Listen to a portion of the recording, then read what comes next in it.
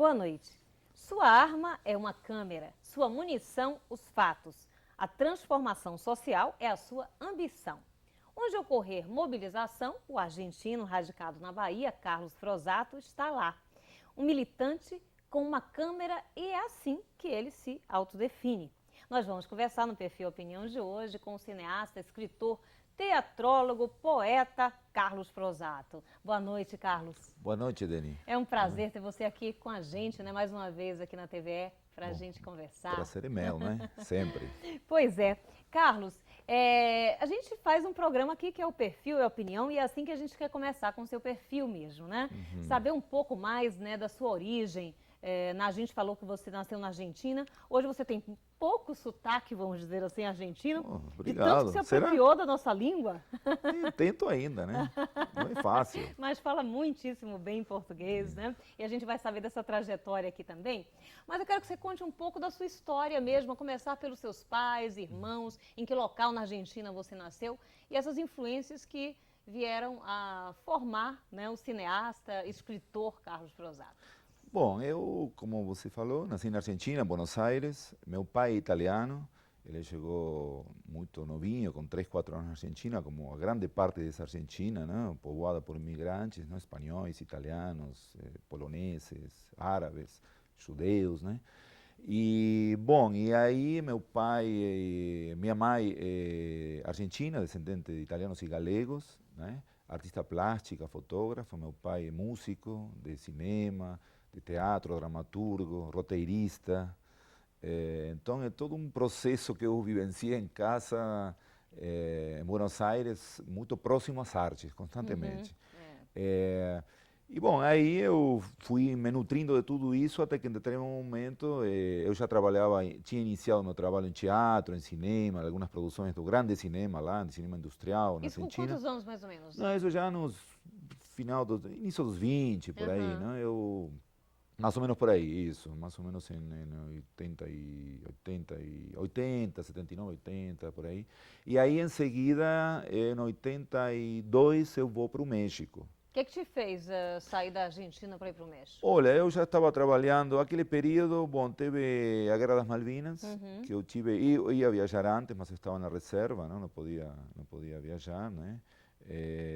Aquela guerra que se deu entre Argentina e Inglaterra, né? Pela posse das Ilhas Malvinas, né?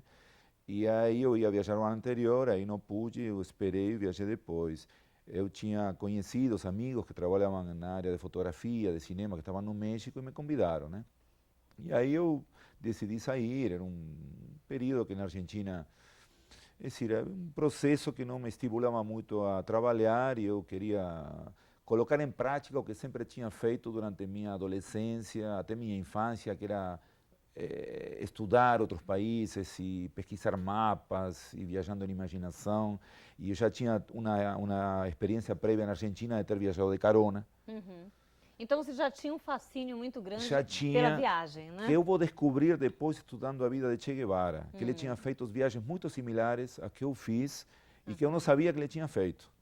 Viagens pelo interior da Argentina e depois aquela grande viagem latino-americana, que depois a gente pode falar, que eu inclusive entrevistei a pessoa que viajou com ele, né?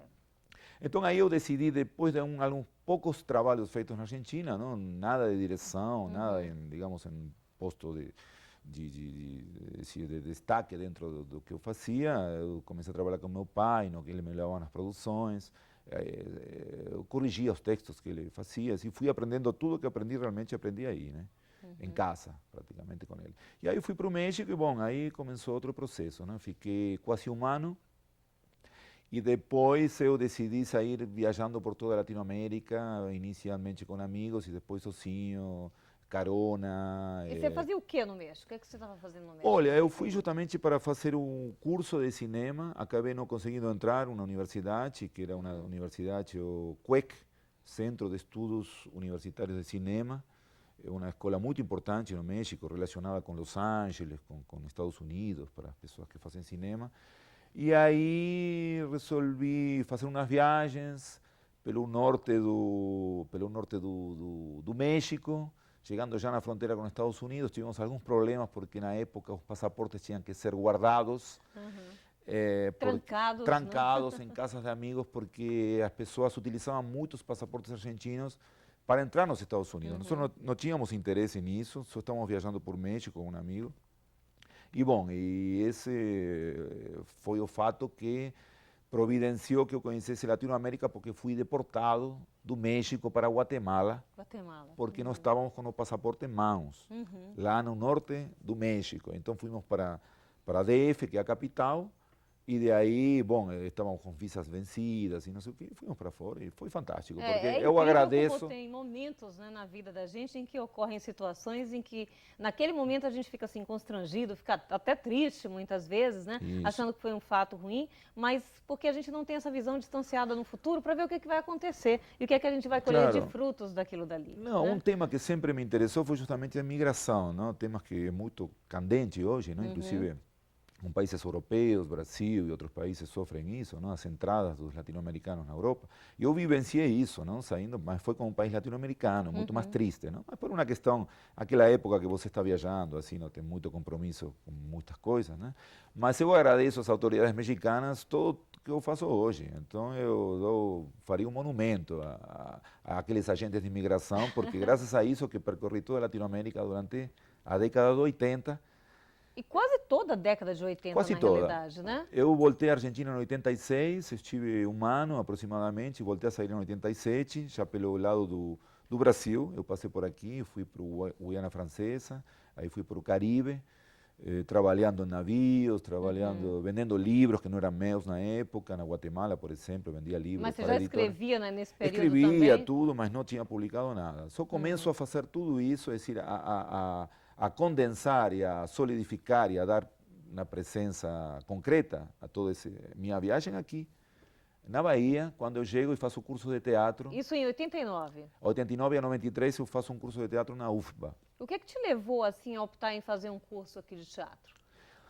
Olha, eu via muito falar na Bahia viajando. Encontrava gente viajando, que é um mundo completamente, bastante dinâmico, né? De você conhecer pessoas de várias origens constantemente, porque não é aquela viagem de você chegar num hotel e viajar de avião, não. É outro compromisso com o tempo, né? Porque você na terra mesmo. Sim, né? você chegava num país e não sabia nem quanto tempo ia ficar. Eu ficava na Colômbia, fiquei quase um ano. Ou seja, seria para aquilo que estivesse ocorrendo naquele momento. Isso, eu acho que eu já vinha me nutrindo disso para depois fazer o que faço depois. Porque esses filmes e documentários que estou fazendo em Latinoamérica tem muito a ver com essa viagem. É como que eu estou voltando àqueles lugares onde eu estive com outra personagem, e voltando agora como um documentarista, inserido na temática social. Mas você já tinha, digamos assim, essa visão crítica naquele momento, ao visitar cada um desses países assim na América Latina, do que estava ocorrendo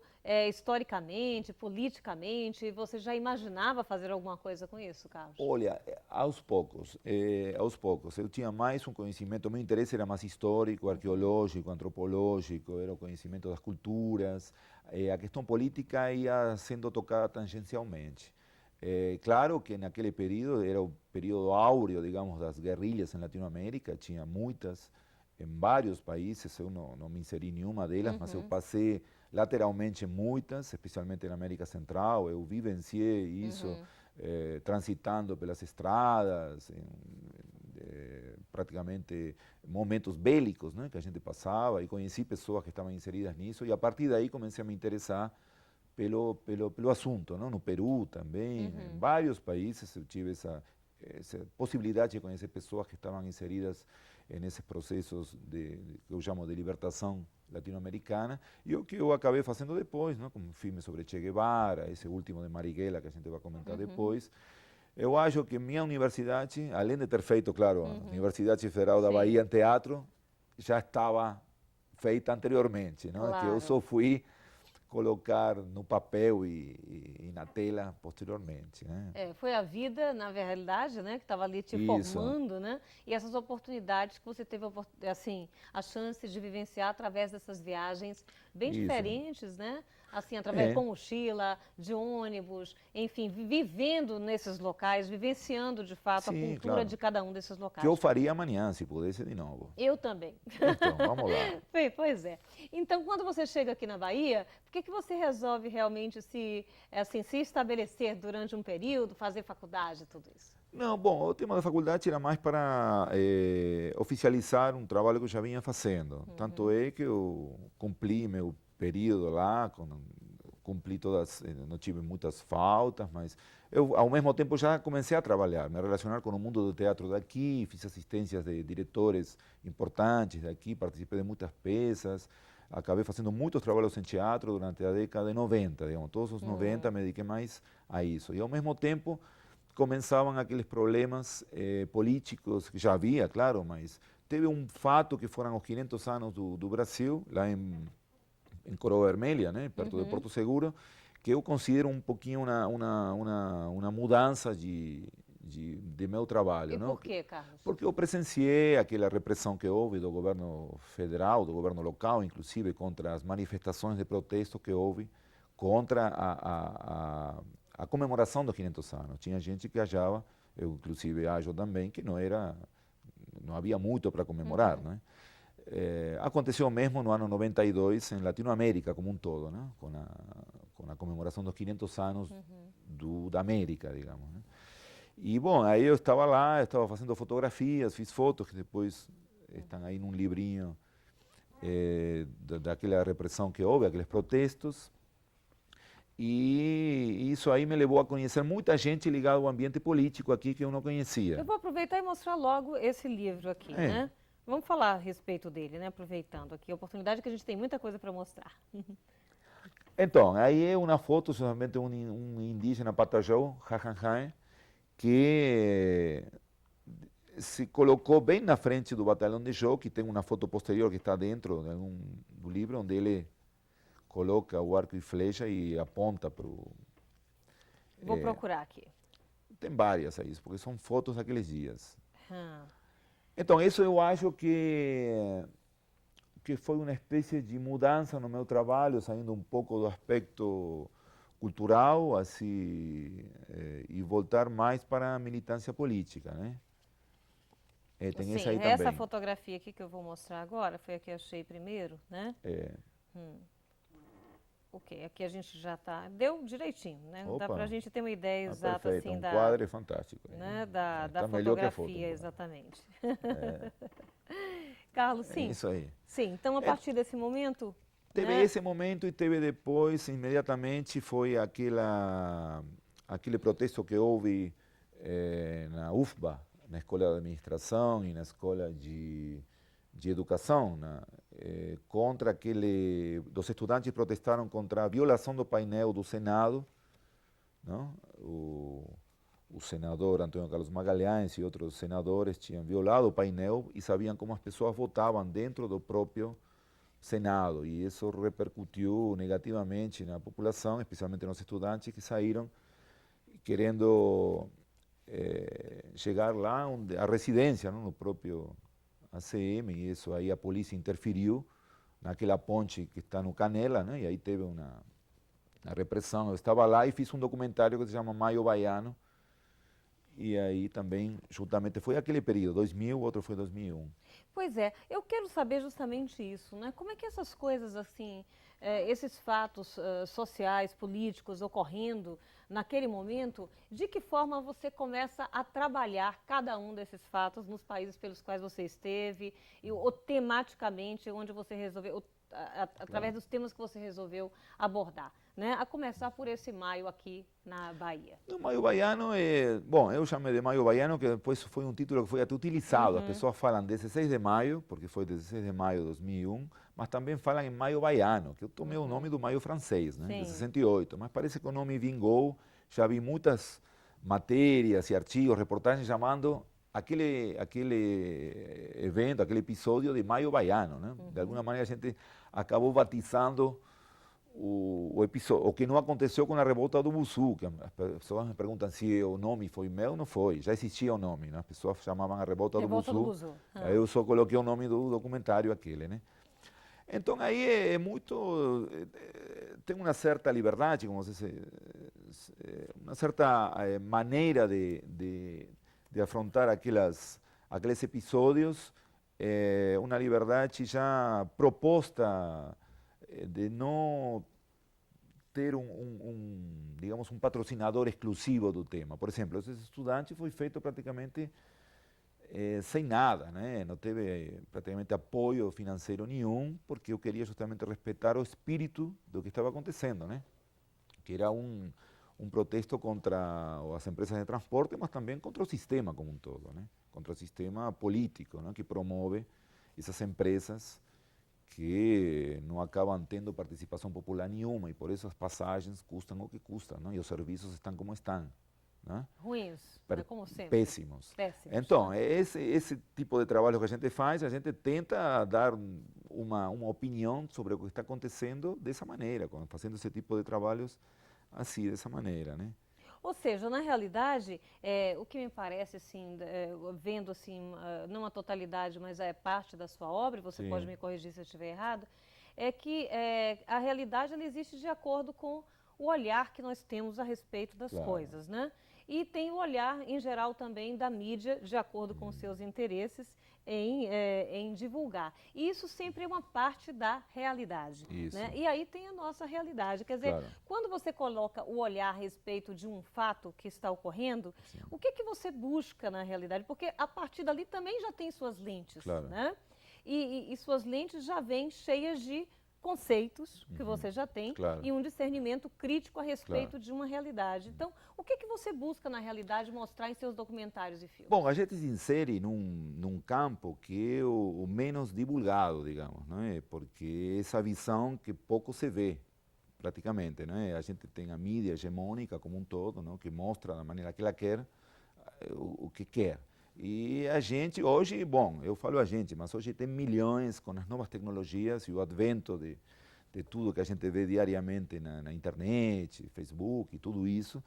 Hoje está muito divulgado isso. Qualquer foto serve para denunciar alguma coisa.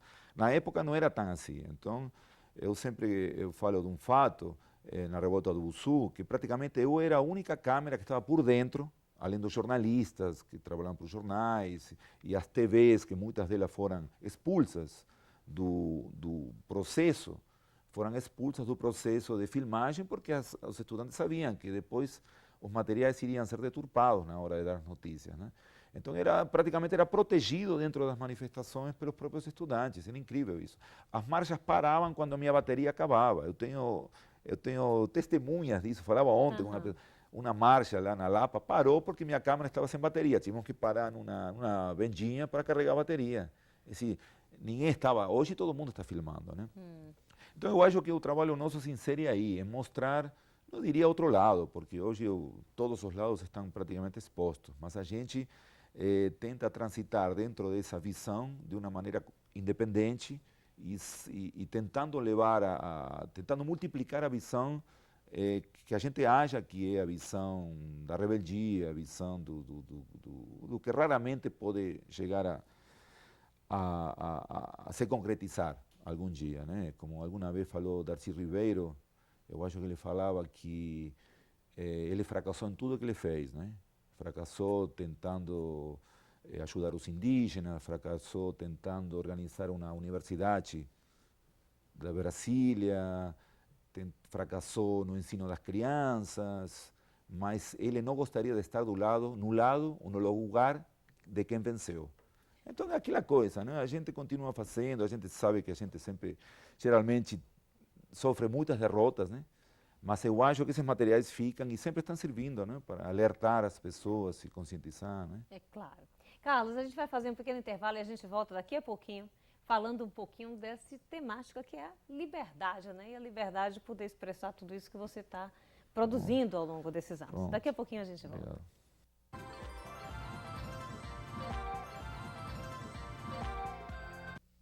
No Perfil Opinião de hoje, a gente está tendo aqui o prazer de receber o cineasta, né, escritor, poeta, Carlos Prosato, teatrólogo também, que são tantas as suas habilidades, né, Carlos?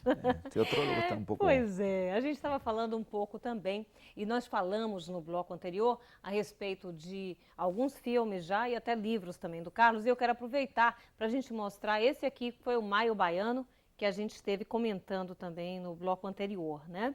E um outro assunto, Carlos, que eu acho que as pessoas têm uma curiosidade muito grande, né, de saber, essa liberdade, ela tem um preço, né? E também você conquistou, né, através, assim, falar sobre isso, É, né? o preço basicamente é ser pobre, né? É decir, não ter muitas possibilidades financeiras de colocar, que concretizar certos desejos de promover alguns filmes diferentes, mas nessa linha, juntando tudo, dá para levar, porque tem uma proposta de distribuição um tanto diferente do que muitas pessoas que trabalham na área trabalham com E como é editais que e com você justamente projetos. consegue isso, né? Não, Produzir, né? E distribuir não, esses filmes e preservar essa liberdade temática que você tem dedicado sua vida, na realidade. basicamente tem tudo a ver com essas viagens que a gente estava falando antes. Sim. Essas viagens dos anos 80, ou até as viagens prévias que eu fiz nos finais dos 70, dentro da Argentina, tem tudo a ver com essa mecânica de distribuição dos materiais, porque eu trabalho muito desde a chegada do DVD, eu acho que isso facilitou muito. Antigamente eu viajava com sacolas cheias de VHS, não? E eu vendia, é decir, eu praticamente viajo esse país, inclusive outros fazendo os documentários, e apresento materiais, né? Por exemplo, eu faço essas pontes. Eu estou no Chile, eu mostro materiais da Bolívia, mostro materiais feitos na Argentina, feitos na Bahia, e vice-versa. Então, nessas apresentações, eu coloco esses materiais, ficam à venda com alguém que toma conta lá da organização, eu mesmo. E isso é muito engraçado, porque muitas vezes as pessoas chegam e veem minha mesa e dizem, eu já vi os filmes de Carlos Pronsato, você conhece Carlos Pronsato? Então me perguntam, né? Porque acham engraçado, né? A própria pessoa que produz esses materiais está Tá lá lá vendendo esses vendendo. materiais. Então é uma coisa que acontece muito na música, não? Com muitos músicos É independentes verdade. assim, e pessoas que também tentam sair dos atravessadores, não? Tem propostas, inclusive até o Lobão e outras pessoas aqui, eu acho que até o Luiz Caldas faz um pouco isso também, né? Então tem a ver com essa liberdade, com essa tentativa de ter autonomia, ser autogestionário, né? No que se faz, desde a produção até a distribuição.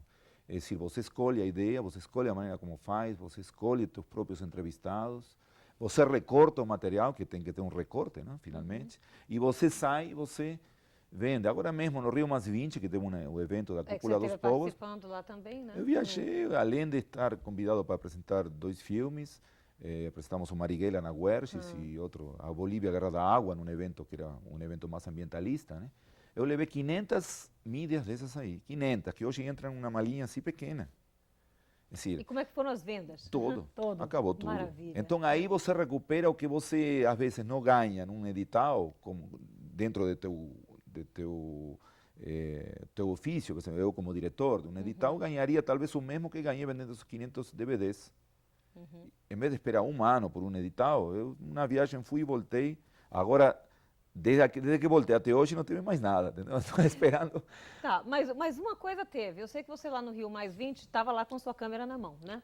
Quais foram os fatos que você pôde ou se Não, interessou em eu me registrar? dediquei mais a trabalhar o tema do Belo Monte, que é um tema que me interessa, né? Porque é o tema de hidrelétrica. Eu trabalhei esses temas em outros filmes, no Chile, por exemplo, com os mapuches, o que você tem na mão aí, que é um povo indígena chileno, argentino, mas eu trabalhei do lado chileno, que é um povo que até hoje se resiste à imposição do Estado, né, da destruição da identidade mapuche. Eles lutam contra a instalação de hidrelétricas, mineradoras e muitas outras transnacionais, né?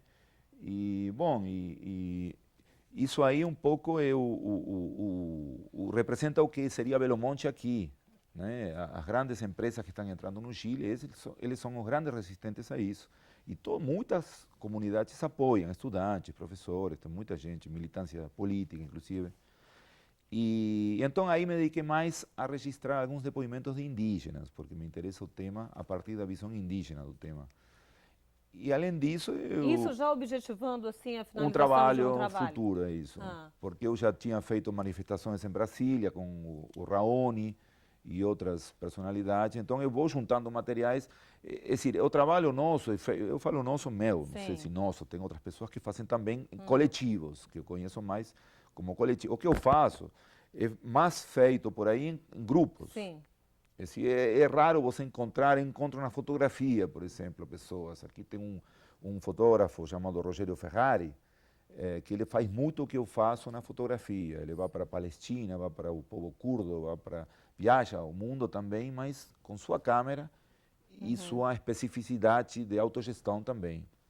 Então é isso que a gente vai fazendo. E eu registrei, no final da marcha da Cúpula dos Povos, foram 80.000 pessoas nas ruas, a repressão policial, as pessoas que estavam festejando praticamente o final, lá na Cinelândia, frente à Biblioteca Nacional, a polícia limpando a rua no final, polícia mas avançando com os carros hidrantes, e aí no meio tinha um cineasta, que é Octávio Becerra, que é um cineasta carioca, muito conhecido inclusive aqui na Bahia, por ter feito um filme sobre a Cantina da Lua, né? A resistência da Lua. A polícia, eles sozinhos enfrentando o batalhão que não avançasse sobre a galera estudantil. Que também E mais uma vez você estava lá em frente. eu fui lá e isso. nós dois estamos lá na frente. E bom, aí eu acho que bateram na minha câmera, tem alguns problemas na câmera por isso. Bom, são os riscos que a gente tem, né? Que a gente vende DVDs para pagar o conserto da câmera. Ô Carlos, mas aproveitar que você está falando de uma temática assim, bem brasileira aí também, falar sobre um outro tema aqui, que é, por exemplo, eu acredito que seja uma coisa onde você também coloca muito seu coração, que é essa região do sertão, a região de Canudos, Sim. né? Qual você dedicou Isso. mais de um filme. Né? E eu vou mostrar aqui agora e quero que você fale a respeito deles também, como é que você começou a entrar em contato e se interessar por essa temática. Foi através da UNEB.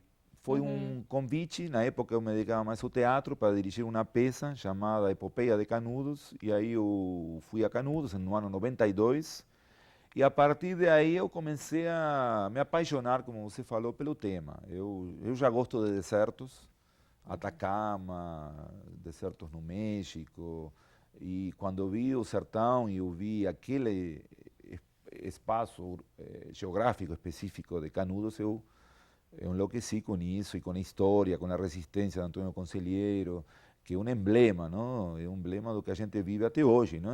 Dos quilombos, dos espaços de resistência a um poder central, que eu trabalho muito isso. Então, para mim, Canudos foi um foco de trabalho até hoje. Tanto é que eu cheguei a fazer em 2009 a Bahia de Euclides da Cunha, né?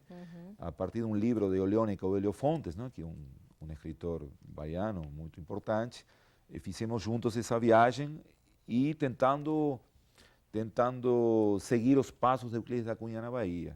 E depois fizemos o de José Calazans, que é o grande pesquisador do Canudos, do tema de Canudos, né? E ele é justamente lá de Sergipe, ele é né? sergipano, ele. E foi lá que eu fiz o filme, no Núcleo de Produção Digital de Aracaju. E é por isso que você passou um ano lá, fora da Praticamente, Bahia, lá, né? praticamente um ano, mas eu volto, estou indo sempre. Realmente Aracaju eu adoro também, a tranquilidade de Aracaju.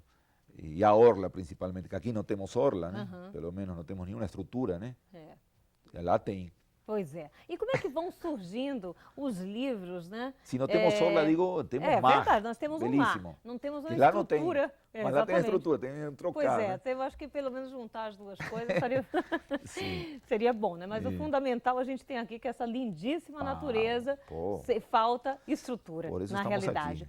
Vamos aproveitar um pouco e falar a respeito dos seus livros e como é que eles vão nascendo, porque me parece que eles vão nascendo praticamente junto, né, com as temáticas que você vem abordando nos seus filmes também. Sim, toda aquela viagem por vários países daquele período, eu sempre escrevi, guardei material. Alguns desses materiais viram à luz posteriormente, outros não.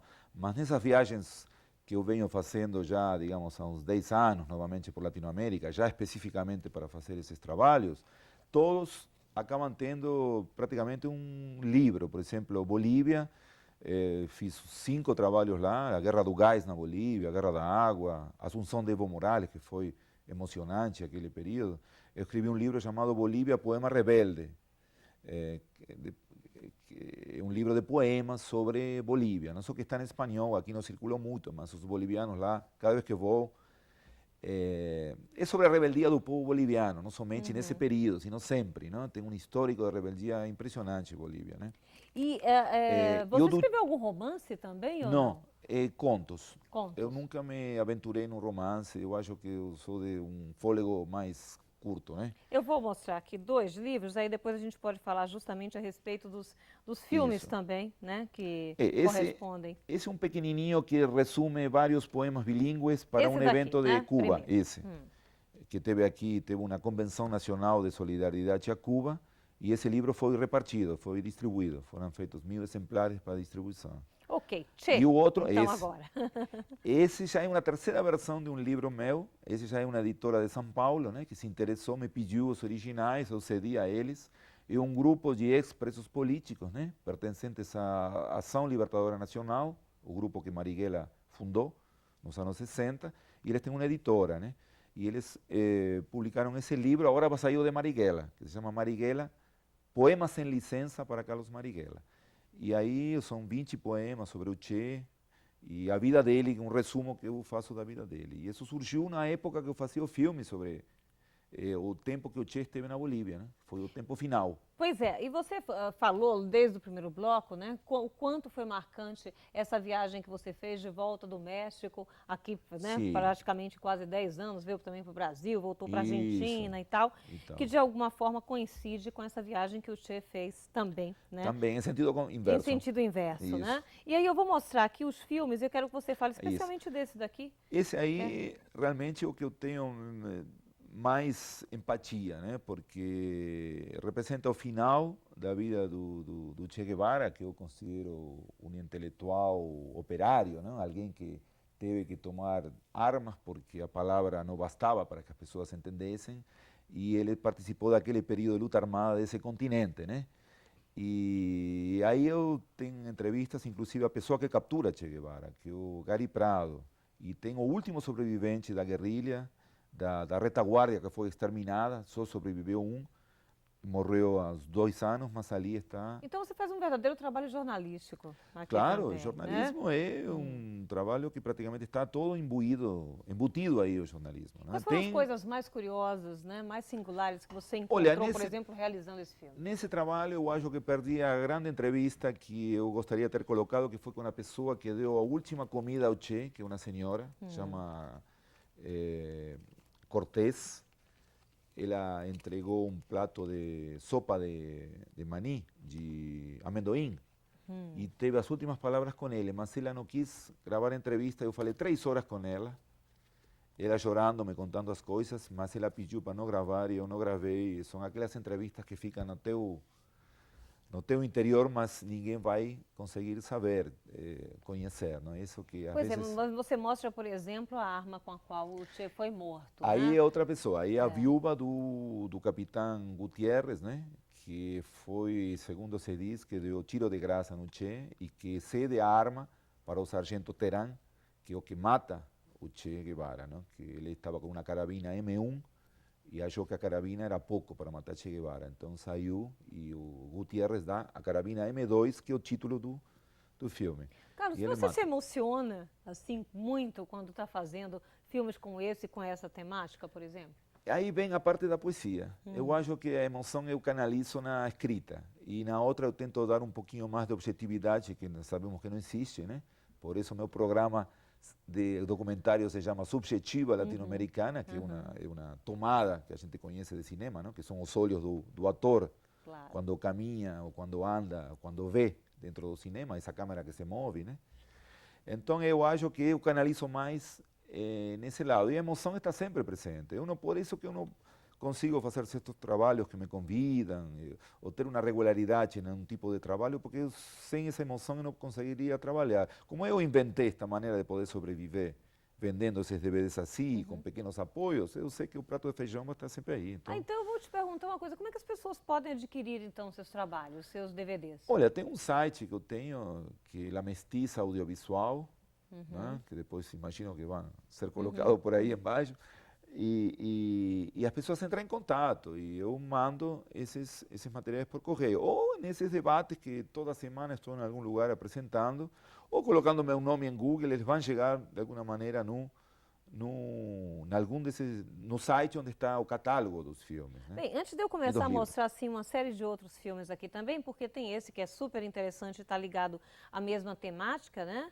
É Carlos Calica Ferreira, A Sim. Última Viagem de Ernesto Guevara pela América Latina, Sim. né?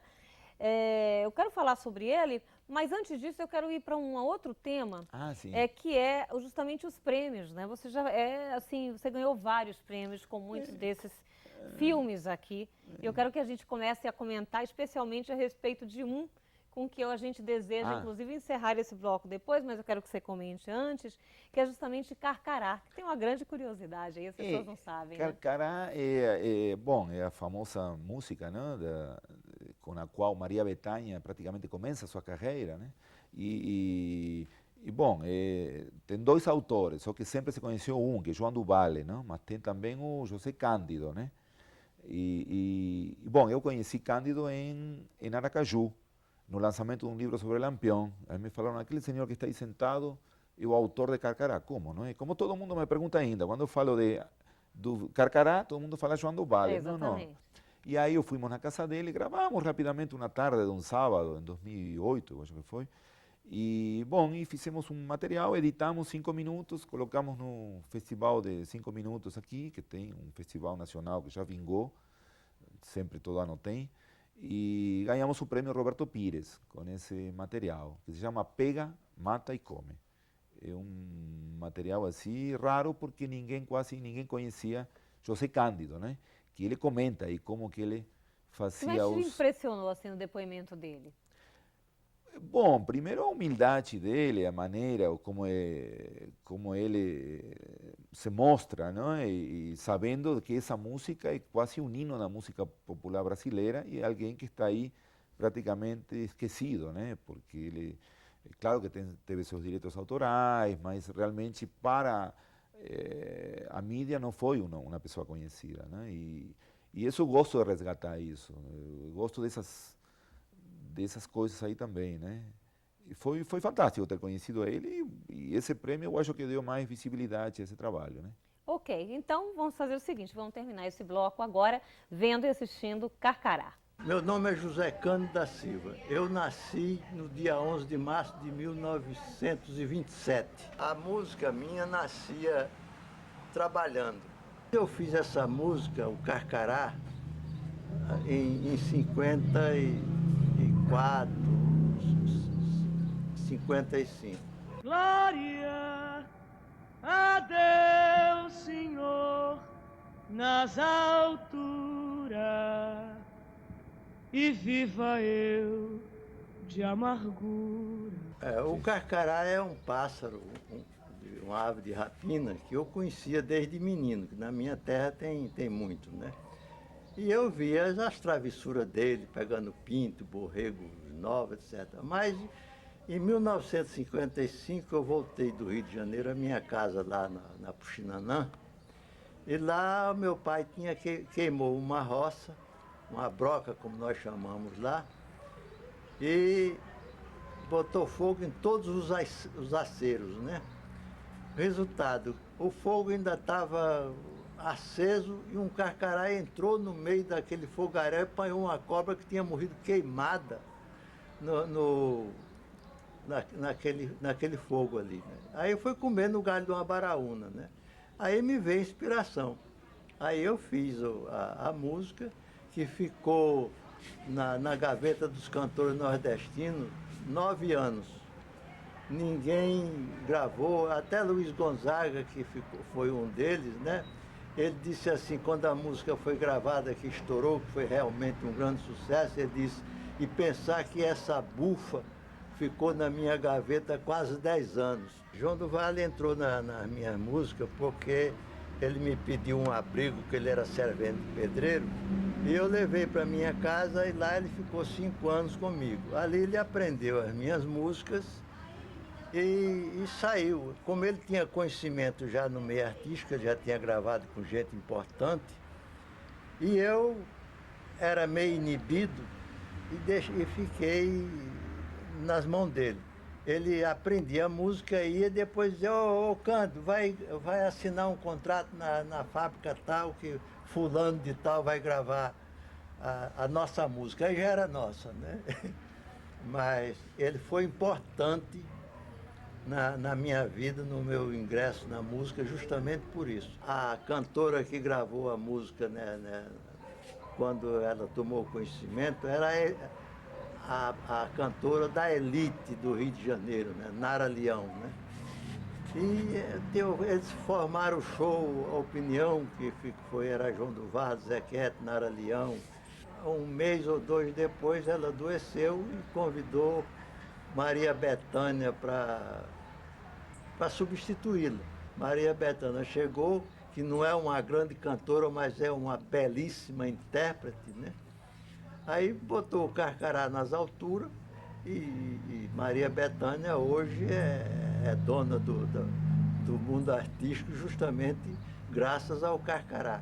Ela é tão grata ao Carcará que quando ela fez 50 anos de idade, ela fez um bolo desse tamanho e botou um carcará de asa aberta em cima do bolo para homenagear o Carcará e, consequentemente, a música, né? Então, quando Nara Leão gravou essa música, então foi na época da ditadura militar. Então, eles começaram a incomodar a gente, eu e a João do Vale, porque a música, ele dizia que era protesto.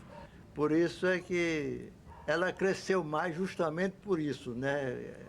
Que sempre tem, às vezes uma coisa ruim favorece as coisas que a gente faz, né? Foi assim que a música Carcará teve o seu princípio e espero que ela não tenha fim.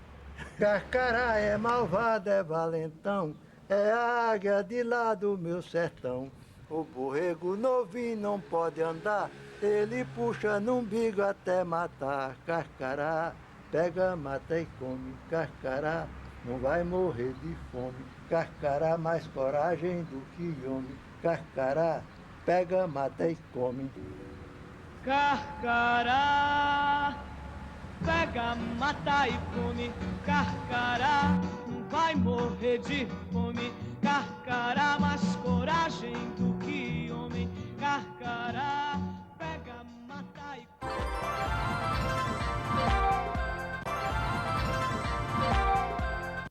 Perfil Opinião de hoje, a gente está recebendo aqui o cineasta, teatrólogo, né, escritor Carlos Prosato, que é um argentino já radicado aqui na Bahia há muitos anos. Aliás, ele começou uma extensa produção em documentários, filmes e livros e tudo isso, e teatro também, a partir aqui da Bahia, né? E eu vou aproveitar e mostrar dois filmes dele, né? E esse é um curta, o PRVG. PRVG é um curta. Né? PRVG Chegar à Bahia, 5 de agosto de 1946. Isso. Né?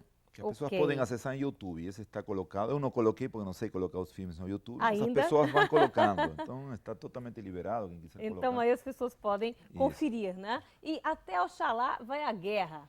Isso é o seguinte, esse título surgiu da fala da Mãe de Santo, Mãe Rosa, que ela é a cabeça de um terreiro no Imbuí, que foi demolido em 2008, foi iniciada uma demolição, que não acabou sendo, ainda bem, de um terreiro nesse bairro, né? O que está por trás disso é a especulação imobiliária, ela conta isso no filme, e ela fala num momento, se até Oxalá vai à guerra, por que a gente não vai? Então daí surgiu o título, foi feito com a Central de Entidades Negras, o CEN, e foi muito bem, foi um trabalho que teve uma ampla difusão, inclusive no país, e foram feitos kits para distribuir nos terreiros aqui. Ok. Mas, Carlos, eu citei no bloco anterior, né, que você já ganhou vários prêmios em vários lugares, assim, inclusive no mundo, né? Nem tanto. E a gente vai falar de uma aqui, fala como foi curioso começar essa produção também, A Rebelião de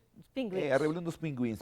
Pinguins são os estudantes chilenos, não? Que ultimamente estão todos os dias na TV, porque no mundo, porque eles têm protagonizado uma grande rebelião por uma educação digna, não? Uma educação popular, uma educação gratuita de qualidade.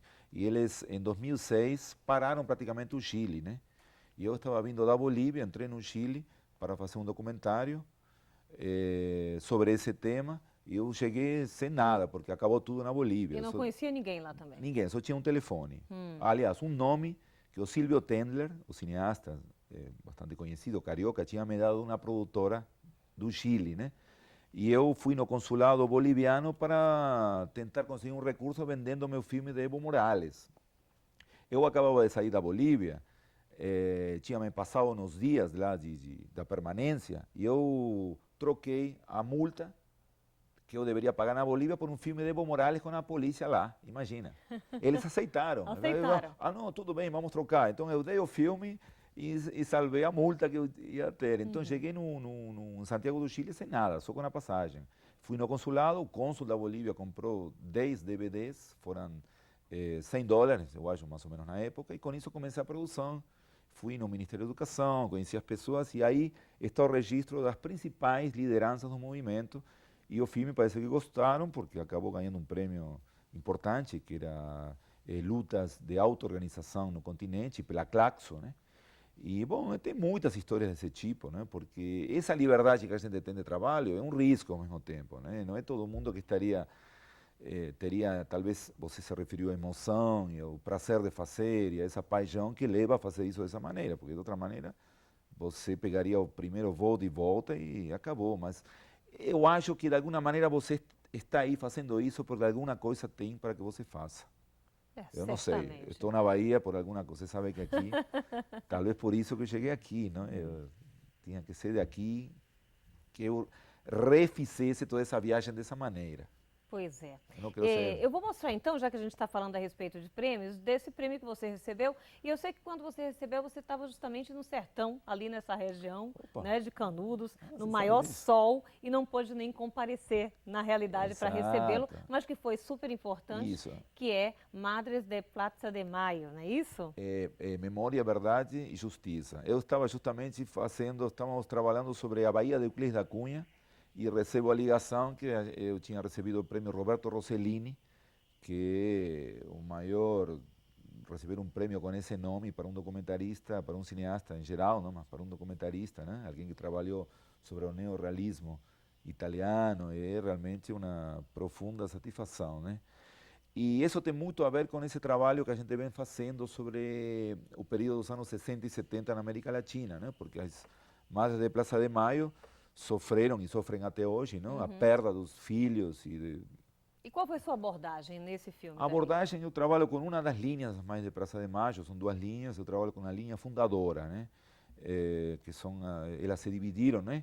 No ano 86, elas fundam em 77, mas em 86 tem uma divisão, eu trabalhei mais com elas. E foi um trabalho importantíssimo porque tem a ver com e foi premiado também aqui na Jornada de Cinema da Bahia. É bom também dizer a famosa Jornada de Guido Araújo, né? A eterna Jornada de Guido Araújo. É que é um ponto desse encontro daqueles cineastas que trabalham essas temáticas também. E bom, e esse Mais da Praça de Maio eu gosto muito porque inclusive ele mantém no título uma palavra que infelizmente a Comissão da Verdade, que o governo nacional está estimulando e está implementando, e já implementou, não tem essa palavra, justiça, né? Tem só a Comissão da Verdade. Eu acho que a gente tem gente, não sou o único, muita gente luta para que essa palavra volte a estar lá, na Comissão da Verdade e Justiça, como muitos países já fizeram, já conseguiram develar esses crimes de Estado.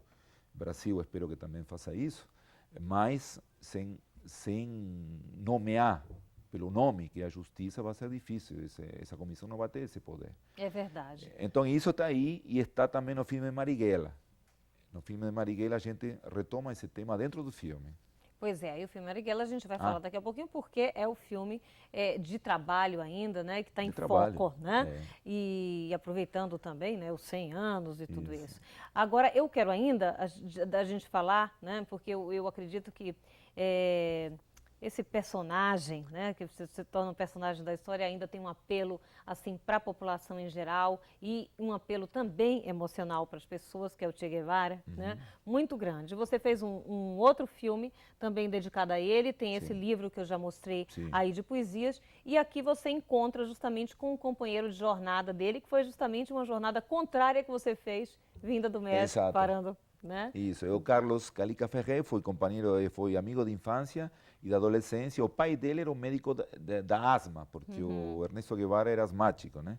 Então, eles, lá em Córdoba, eles se conhecem, e quando o Ernesto Guevara, ainda não era o Che, volta da primeira viagem, aquela que Walter Salles retratou em Diários de Motocicleta, ele encontra com Calica e propõe sair e fazer uma nova viagem. E como é que foi o seu encontro com o Calica? Com Calica foi através de eu tive um contato com um amigo e eu convidei ele para a estreia do filme meu do Che Guevara na Argentina, em Buenos Aires, em pleno centro de Buenos Aires, num centro cultural muito importante lá, na Avenida Corrientes, no Centro Cultural da Cooperação, e ele foi, nos conhecemos naquele dia, e ele adorou o filme de Che, ele achou que como documentário ele nunca tinha visto um trabalho dessa envergadura, e a partir daí fizemos muita amizade, fomos tomar café, como se chama lá, tomar um café, e foi como se nos conhecêssemos de muito tempo, porque fizemos essas viagens com 30 anos de diferença ou mais, não? Eles fizeram em 53.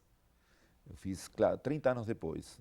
Quase os mesmos locais, então a gente falava daqueles locais no Equador, na Bolívia, os locais que eles tocaram e os quais eu fui 30 anos depois. Mas esse foi o ponto em comum entre vocês. Mas de que forma você aborda nesse filme, né, o companheiro e o relato dele em relação Ele a relata como foi e conta muitas coisas, porque ele tem um livro chamado De Ernesto ao Che. E ele se dedica até hoje, né? Assim, Ele se dedica a divulgar, a obra do Guevara. Ele viaja por muitos lugares, inclusive ele nunca tinha vindo ao Brasil e veio pela primeira vez pelo governo de Aracaju, pela prefeitura. Eu trouxe para o lançamento do filme. Maravilha. Que eu estava morando lá. Então aí ele veio, adorou e foi muito emocionante. E ele é sua missão. Ele considera isso sua missão hoje. Divulgar a obra do amigo, que ele fala Ernesto, nunca fala Che, ele fala de Ernesto. Ernesto, né? Isso. Pois é, eu vou aproveitar, vou mostrar seu livro de poema aqui novamente, o Che, um poeta guerrilheiro, né? Um poema. Um poeta guerrilheiro, muito melhor o título, eu gostei. É um poema, guerrilheiro. Eu vou mudar para a próxima vez. Que ainda você está esperando Era poeta? Ninguém sabe, pouca gente sabe, ele escrevia. Então, era está esperando uma nova edição, quer dizer, esse aqui está esgotado. Está esgotado, vai sair agora um outro livro sobre Marighella, nesse mesmo formato. E como é que você se interessa, então, pelo tema, né? O que te motivou realmente a escolher o Carlos Marighella para o seu objeto de trabalho e estudo também? Bom, Marighella se aproximavam os 100 anos de Marighella. Ele nasceu em 1911, o ano passado foram os 100 anos. E tem uma coisa interessante aí, que é que quando morre Che Guevara, em 67, é quando Marighella está aprontando o grupo dele, que é a ALN. E ele é considerado por muitos historiadores uma espécie de Che do Brasil, né? Apesar de ter um passado completamente diferente do Ernesto Guevara, né? Ernesto Guevara nunca foi um político, muito menos um parlamentar, e Marighella tem todo esse passado no Partido Comunista. Então, como me interessou, é esse processo final da vida dele, praticamente. Eu não trabalho Marighella como sua vida como um todo, vida e obra. Não? A gente foca mais, por isso o subtítulo é Quem Samba Fica, Quem Não Samba Vai Embora, que é uma carta que ele escreve aos militantes de São Paulo, como dizendo, bom, agora vamos para frente, um ditado que se utilizava muito na época, segundo eu pesquisei, e temos apresentado ele em vários pontos do país, e é praticamente, como você falou, um material, digamos, de trabalho. A gente quer divulgar muito, porque a gente vê que quase ninguém conhece Marighella. Mas como é que foi assim, o processo mesmo de produção? Você já vem falando como é esse processo de produção aqui que ocorre, né?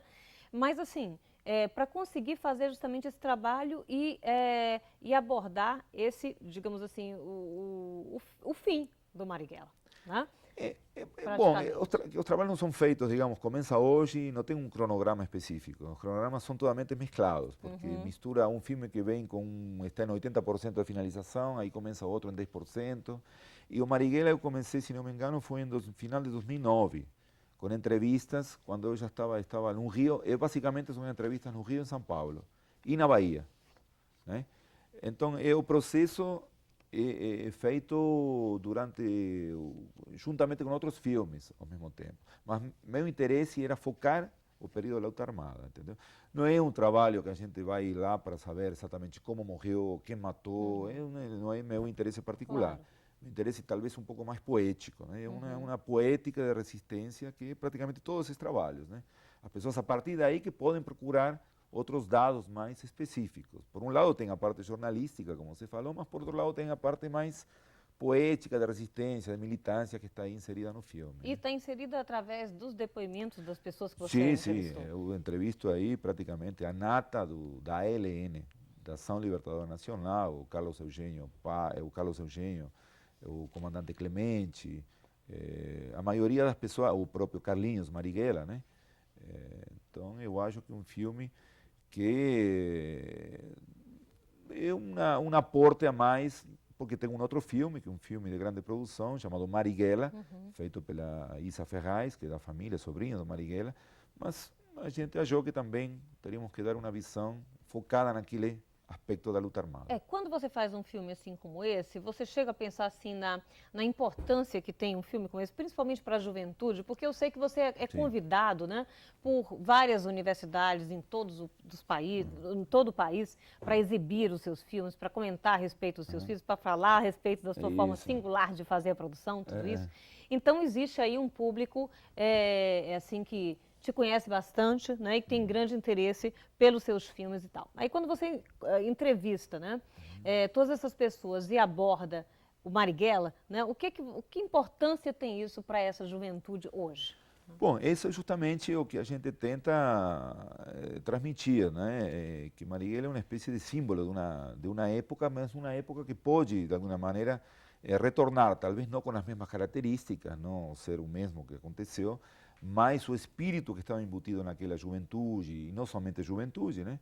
Apesar dele já era uma pessoa de mais de 50 anos na época, não? Que isso transcenda hoje, e está transcendendo de alguma maneira, porque os indignados no mundo, que hoje ocupam praças e que hoje ocupam espaços da mídia alternativa, né? Que são propostas de protesto e também de ações propositivas, não? Para mudanças, para transformação, se nutrem desse material. E o medo é que, às vezes, talvez você acha que não há muito conhecimento disso. Entendeu? Parece que a pólvora se está inventando hoje sempre, né? De alguma maneira isso é bom, né? Porque tem uma liberdade específica e as pessoas entram no mundo assim como se tudo estivesse acontecendo hoje. Mas eu acho que estudar Marighella, estudar Che Guevara, estudar mais da Praça de Maio, estudar esses processos todos de Latinoamérica, são fundamentais para a gente caminhar, né, com companheiros de viagem que estão vivos, né? Eu acredito que isso é o que nos leva a nós a fazer esses trabalhos, não? Sem depender muito de grandes patrocínios, é decir, tentando avançar juntamente com eles, porque a gente quando faz um filme desses, é uma maneira de restituir a memória deles e de colocar eles em carne e osso na nossa frente, no nosso lado, melhor, para avançar juntos. Então, eu sei que a juventude gosta desses materiais, posso dizer que não gostam, porque os convites não pararam até hoje. Mas tem, por exemplo, alguns só conhecem, digamos, as coisas mais estudantis, né? Como a Revolta do Bussu, e outros só conhecem os mais ligados a partidos, organizações políticas, mais Marighella. E tem públicos diferenciados, que a ideia é tentar transitar e uni-los, né? Bem, uma coisa a gente sabe, né, que tema para abordar nunca vai te faltar, porque onde tiver, né, uma revolução, onde tiver alguém lutando por algum direito, parece que você está ali no meio dessas pessoas para estar registrando também essa visão de dentro, né? Para a gente terminar esse programa, fala assim o que você, além da divulgação do trabalho de Carlos Marighella que você está fazendo, né, o que você está voltando nesse momento, para um livro, para um outro já projeto, para a gente finalizar. Bom, o do Marighella ainda continua em processo porque o livro ainda não saiu, está pronto, está já... Então é o lançamento do livro. Vai ser um lançamento que se chama Poemas sem licença para Carlos Marighella, tinha uma frase famosa dele que era não é preciso pedir licença para praticar atos revolucionários, né? Que foi uma frase muito potente na época e foi produto de uma dissensão do Partido Comunista, né? Porque não tinha uma hierarquia para dizer o que deveria ser feito. O que é o que eu faço? Não pedir licença para tentar se inserir no movimento social, né? E esse é um trabalho, tem outros projetos locais, inclusive aqui com a Casa de Cinema da Bahia, que é sobre a história do 2 de julho, uma história bem local, que eu acho que deveria ser uma história nacional, não? Porque o 2 de julho tem uma importância principalíssima na expulsão do predomínio português colonial do século XIX, né? E a gente vai tentar falar do 2 de julho com um aspecto mais atual. O que quedou, o que ficou daquela independência, se teve realmente independência, né? Não somente da Bahia, sino do Brasil. Então é um tema que se encaixa com Latinoamérica. Essa é uma das questões, mas tem muitas, como você falou, eu acho que o panorama é aberto, o horizonte está aí para tentar atingi-lo sempre caminhando, né? Então a gente deseja toda a sorte do mundo, te parabeniza também, né, por trazer essas pérolas aqui para a gente, com tanta luta, né, com tanto empenho, e te deseja muito sucesso mesmo, muito mais prêmios que venham mesmo para você, porque merece. Bom, o prêmio já é estar frente a Denny Fingergut aqui, né?